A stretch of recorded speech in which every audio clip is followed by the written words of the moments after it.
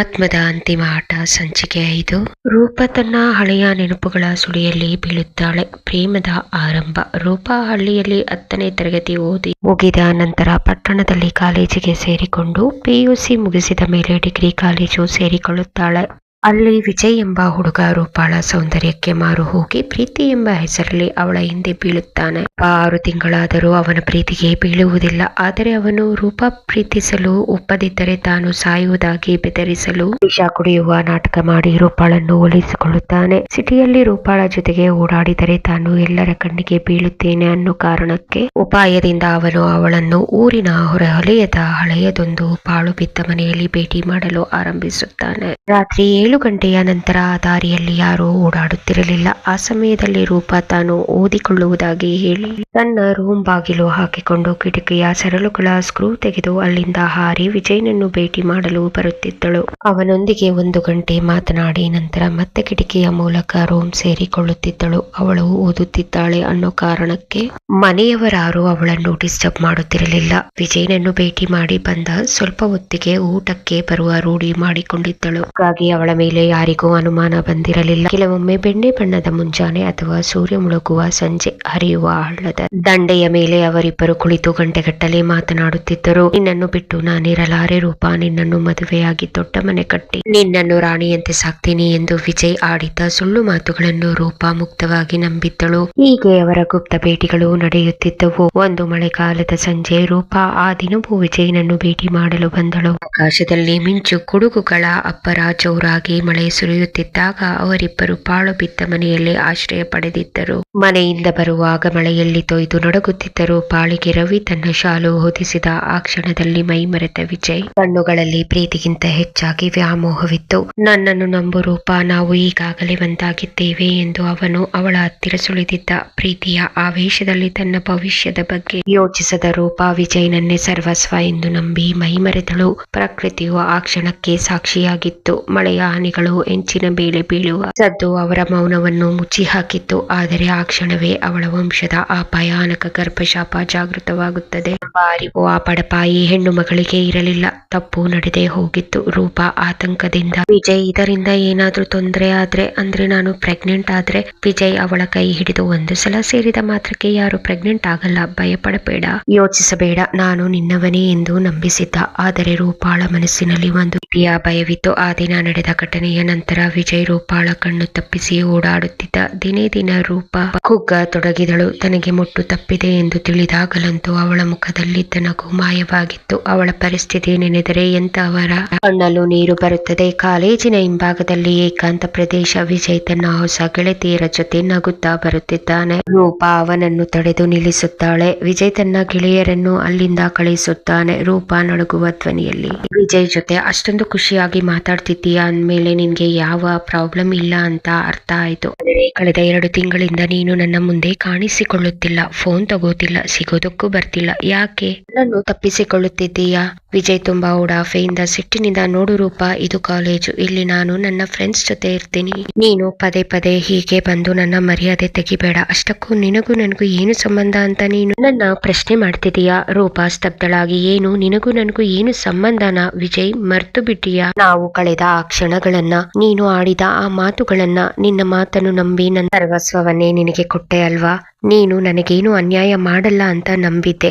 ವಿಜಯ್ ಕ್ರೂರವಾಗಿ ನಗುತ್ತಾ, ಸರ್ವಸ್ವವನ್ನು ಕೊಟ್ಟೆ ಅಂತ ಪದೇ ಪದೇ ಹೇಳ್ಬೇಡ ರೂಪ, ಅವೆಲ್ಲ ಜಸ್ಟ್ ಒಂದು ಅಟ್ರಾಕ್ಷನ್ ಅಷ್ಟೇ. ನೀನು ಅದನ್ನೇ ಪ್ರೀತಿ ಅಂದುಕೊಂಡರೆ ಅದಕ್ಕೆ ನಾನೇನು ಮಾಡೋಕೆ ಆಗಲ್ಲ. ನೋಡು, ನನ್ನ ಲೈಫ್ ಈಗ ಬದಲಾಗಿದೆ. ನಾನು ಸಿಟಿಯಲ್ಲೇ ದೊಡ್ಡ ಮನುಷ್ಯರ ಮಗ, ನೀನು ಹಳ್ಳಿ ಹುಡುಗಿ. ನೀನು ನನ್ನ ಜೊತೆ ಇರೋ ಕನಸು ಕಾಣ್ತಿದ್ದೀಯಾ? ನಿನ್ನಂತ ಹಳ್ಳಿ ಹುಡುಗಿಯ ಜೊತೆ ಲೈಫ್ ವೇಸ್ಟ್ ಮಾಡೋಕೆ ನನ್ಗೇನು ಹುಚ್ಚು ಹಿಡಿದಿಲ್ಲ. ರೂಪ ಕಣ್ಣೀರು ಹಾಕುತ್ತಾ, ನಾನು ಹಳ್ಳಿ ಹುಡುಗಿ ಅಂತ ಇವತ್ತು ಗೊತ್ತಾಯ್ತಾ? ಅಂದು ಆ ಮಳೆಯಲ್ಲಿ ನನ್ನನ್ನು ಅಪ್ಪಿಕೊಂಡಾಗ ನಾನು ಹಳ್ಳಿ ಹುಡುಗಿ ಅಂತ ಅನ್ನಿಸಲಿಲ್ವಾ? ನಿನಗೆ ಇದು ಕೇವಲ ಆಕರ್ಷಣೆ ಆಗಿರಬಹುದು, ಆದರೆ ನನಗೆ ಇದು ಜೀವನ. ನಾನು ನಿನಗೆ ಕೊಟ್ಟಿರೋದು ಬರೀ ದೇಹವನ್ನಲ್ಲ, ನನ್ನ ಆತ್ಮವನ್ನ, ಪವಿತ್ರವಾಗಿರಬೇಕಾದ ನನ್ನ ತನವನ್ನ ನಿನಗೆ ಬಲಿ ಕೊಟ್ಟೆ. ಈಗ ನೀನು ಕೈ ಬಿಟ್ಟರೆ ನಾನು ಎಲ್ಲಿಗೆ ಹೋಗಲಿ? ವಿಜಯ್ ಹೆದರಿಸುವ ಧ್ವನಿಯಲ್ಲಿ, ಅದನ್ನ ನೀನು ಯೋಚನೆ ಮಾಡು. ಸುಮ್ಮನೆ ಈ ಮರ್ಯಾದೆ ವಿಷಯ ಅಂತೆಲ್ಲ ಆಡ್ಕೊಂಡು ನನ್ನ ಹಿಂದೆ ಬಂದ್ರೆ ನಿನಗೆ ಏನಾಗುತ್ತೆ ಅಂತ ನನಗೂ ಗೊತ್ತಿಲ್ಲ. ಸುಮ್ಮನೆ ಮನೆಗೆ ಹೋಗಿ ಅಪ್ಪ ನೋಡೋ ಹುಡುಗನನ್ನು ಮದುವೆಯಾಗು ಸಾಕು, ಹಳೆಯದನ್ನೆಲ್ಲ ಮರೆತು ಬಿಡು. ರೂಪಾ ಅಳುತ್ತಾ ಕುಸಿದು ಕುಳಿತುಕೊಳ್ಳುತ್ತಾಳೆ. ಮರೆಯೋಕೆ ನೀನು ಕೊಟ್ಟಿರೋದು ಮುದ್ದಲ್ಲ ವಿಜಯ್, ಮರೆಯಲಾಗದ ಗಾಯ. ಸರ್ವಸ್ವವನ್ನು ಕಳೆದುಕೊಂಡ ಮೇಲೆ ಬದುಕೋಕೆ ನನಗೆ ದಾರಿ ಇಲ್ಲ. ದೇವರೇ, ಎಂತ ದ್ರೋಹಿಯನ್ನ ನಂಬಿಬಿಟ್ಟೆ ನಾನು. ಇನ್ನೊಂದು ವಿಷಯ ಗೊತ್ತಾ, ಈಗ ನಾನು 2 ತಿಂಗಳ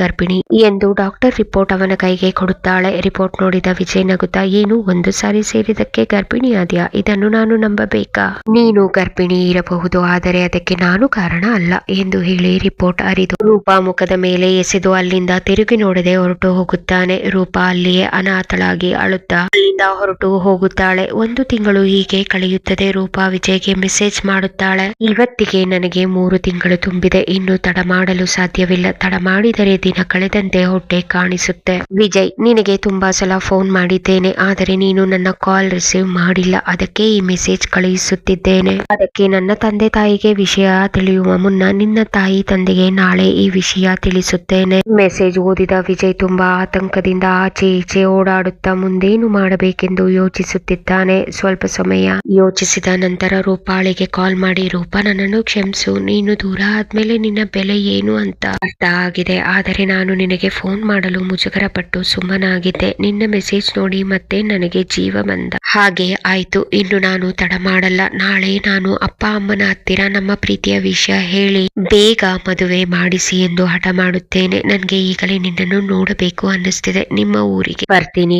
ರೂಪಾ, ನೋಡಿ, ನಾನು ಈಗ ಇರೋ ಸ್ಥಿತಿಯಲ್ಲಿ ಊರ ಹೊರಗೆ ಬರೋದಕ್ಕೆ ಆಗಲ್ಲ. ವಿಜಯ್, ಇಲ್ಲ ಅನ್ಬೇಡ, ನಾನು ನಿನ್ನನ್ನು ನೋಡ್ಲೇಬೇಕು ಎಂದ ಬೇಡುವ ಧ್ವನಿಯಲ್ಲಿ. ಮತ್ತೆ ರೂಪಾ ಅವನ ಮೋಸದ ಮಾತಿಗೆ ಮರುಳಾದಳು. ರೂಪಾ, ಸರಿ, ನೀನು ಇನ್ನು 1 ಗಂಟೆ ಬಿಟ್ಟು ಹೊರಡು. ಇಲ್ಲಿಗೆ ಬರುವಷ್ಟರಲ್ಲಿ ರಾತ್ರಿ 10 ಗಂಟೆ ಆಗಿರುತ್ತೆ. ಅಷ್ಟು ಹೊತ್ತಿಗೆ ಬರ್ತೀನಿ. ಮನೆಯಲ್ಲಿ ಎಲ್ಲರೂ ಮಲಗಿರುತ್ತಾರೆ. ಅವರು ಗಾಢವಾಗಿ ನಿದ್ರೆ ಮಾಡುವ ಸಂದರ್ಭದಲ್ಲಿ ನಾನು ಹೊರಗೆ ಬರುತ್ತೇನೆ. ವಿಜಯ್ ಊರಿಗೆ ಬರೋದು ಸರಿ, ಆದ್ರೆ ಎಲ್ಲಿ ಅಂತ ಪ್ಲೇಸ್ ಹೇಳು. ರೂಪಾ, ನಮ್ಮ ಮನೆ ಹಿತ್ತಲಲ್ಲಿ ಬಾವಿ ಇದೆ, ಅಲ್ಲಿಗೆ ಬನ್ನಿ. ವಿಜಯ್ ಫೋನ್ ಇಟ್ಟ ನಂತರ ಮನಸ್ಸಲ್ಲಿ ರೂಪಾ ಬಾವಿ ಹತ್ರ ಬರಬೇಕಾ ಎನ್ನುತ್ತಾ ಗಹಗೈಸಿ ನಕ್ಕ.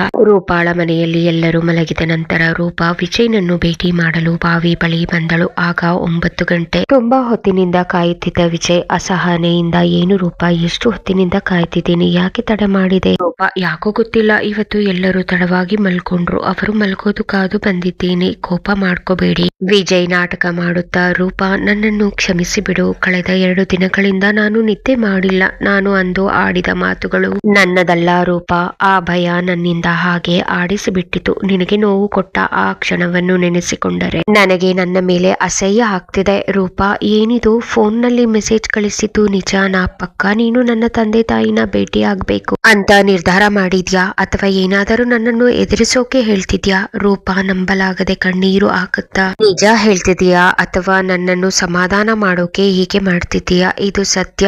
ನಿನ್ನ ಮತ್ತು ನನ್ನ ಪ್ರೀತಿಯ ಕುರುವಾಗಿ ನನ್ನ ಒಡಲಲ್ಲಿ ಒಂದು ಜೀವ ಬೆಳೆಯುತ್ತಿದೆ. ಈಗಲಾದರೂ ನಿನಗೆ ನನ್ನ ಮೇಲೆ ಕನಿಕರ ಬಂದು ನನ್ನನ್ನು ಕರೆದುಕೊಂಡು ಹೋಗ್ತೀಯಾ ಅಂತ ಅಂದುಕೊಂಡಿದ್ದೆ. ಆದರೆ ನೀನು ಯಾವುದಕ್ಕೂ ತಲೆ ಕೆಡಿಸಿಕೊಳ್ಳಲಿಲ್ಲ. ಅದಕ್ಕೆ ನಾನು ಈ ನಿರ್ಧಾರ ಮಾಡಿದೆ. ವಿಜಯ್, ಇಲ್ಲ ರೂಪಾ, ನಾನು ನಿಜವಾಗಿಯೂ ಬದಲಾಗಿದ್ದೇನೆ. ನಮ್ಮ ಮಗು ನಮ್ಮಿಬ್ಬರ ಪ್ರೀತಿಯ ಕುರು ಅಂತ ನನಗೆ ಅರ್ಥವಾಗಿದೆ. ಆದರೆ ರೂಪಾ, ನೀನು ಅರ್ಥ ಮಾಡಿಕೋ, ಇದು ಸರಿ ಹೋಗುವ ವಿಷಯವಲ್ಲ. ಈಗ ಈ ವಿಷಯ ಊರಿಗೆ ಗೊತ್ತಾದರೆ ನಮ್ಮಿಬ್ಬರ ಕುಟುಂಬಗಳ ಮರ್ಯಾದೆ ಮಣ್ಣು ಪಾಲಾಗುತ್ತೆ. ನನ್ನ ಕೆರಿಯರ್ ಹಾಳಾಗುತ್ತೆ. ಕಾಲೇಜಿನಲ್ಲಿ ನನಗೆ ಮುಖ ತೋರಿಸೋಕೆ ಆಗಲ್ಲ. ರೂಪಾ, ನೀನು ಫೋನ್ ನಲ್ಲಿ ಮಾತಾಡಿದಾಗ ಹೇಳಿದ್ದೇನು, ಈಗ ಮಾತನಾಡುತ್ತಿರುವುದೇನು? ನಿನ್ನ ತಂದೆ ತಾಯಿ ಜೊತೆ ನಮ್ಮ ಪ್ರೀತಿ ವಿಷಯ ಮಾತಾಡ್ತೀನಿ ಅಂತ ಹೇಳಿದ್ಯಲ್ಲ, ಆದರೆ ಈಗ ಮತ್ತೆ ಆ ಮಾತನ್ನು ಯಾಕೆ ಬದಲಾಯಿಸುತ್ತಿದ್ದೀಯಾ? ನಿನಗೆ ನಿನ್ನ ಮರ್ಯಾದೆ ಮತ್ತು ಕೆರಿಯರ್ ಮುಖ್ಯವಾಯಿತು, ಆದರೆ ನಮ್ಮ ಪ್ರೀತಿ, ನನ್ನ ಹೊಟ್ಟೆಯಲ್ಲಿರೋ ಈ ಜೀವ ಮುಖ್ಯವಾಗಲಿಲ್ವಾ? ವಿಜಯ್ ಧ್ವನಿ ತಗ್ಗಿಸಿ ಅವಳ ಹತ್ತಿರ ಬಂದು, ನೋಡು ರೂಪಾ, ನಮಗೆ ಮದುವೆ ಆಗೋ ವಯಸ್ಸಲ್ಲ.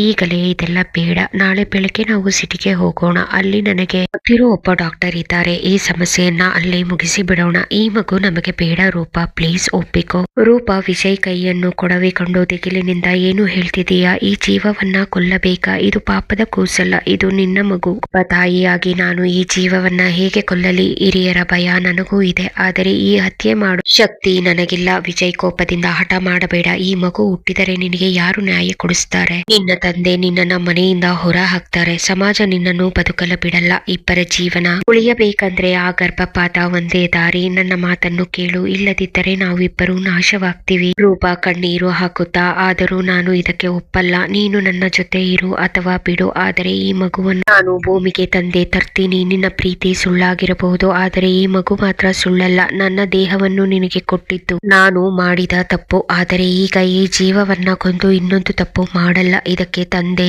ನೀನೆ ಅಂತ ಎಲ್ಲರಿಗೂ ಹೇಳ್ತೀನಿ. ವಿಜಯ್, ನೀನು ಹೀಗೆ ಆಟ ಮಾಡಿದರೆ ನಾನೇನು ಮಾಡೋಕೆ ಆಗಲ್ಲ ರೂಪ. ಮುಂದಾಗುವ ಅನಾಹುತಕ್ಕೆ ನೀನೇ ಹೊಣೆ. ರೂಪ ತನ್ನ ಹೊಟ್ಟೆಯನ್ನು ಮುಟ್ಟಿಕೊಳ್ಳುತ್ತಾ, ನಿನ್ನನ್ನು ನಾನು ಕಾಪಾಡ್ತೀನಿ ಕಂದ ಎಂದು ಅಳುತ್ತಾ ನಿಲ್ಲುತ್ತಾಳೆ. ವಿಜಯ್ ಮತ್ತೆ ಮನಸ್ಸಿನಲ್ಲಿ ಕೆಟ್ಟ ಉಪಾಯ ಮಾಡಿ ತುಂಬಾ ಮೃದುವಾದ ಮತ್ತು ಪಶ್ಚಾತ್ತಾಪ ಪಡುವ ಧ್ವನಿಯಲ್ಲಿ, ನೋಡು ರೂಪ, ನಾವಿಬ್ಬರು ಈ ಊರು ಬಿಟ್ಟು ದೂರ ಎಲ್ಲಾದರೂ ಹೋಗಿ ಹೊಸ ಜೀವನ ಶುರು ಮಾಡೋಣ.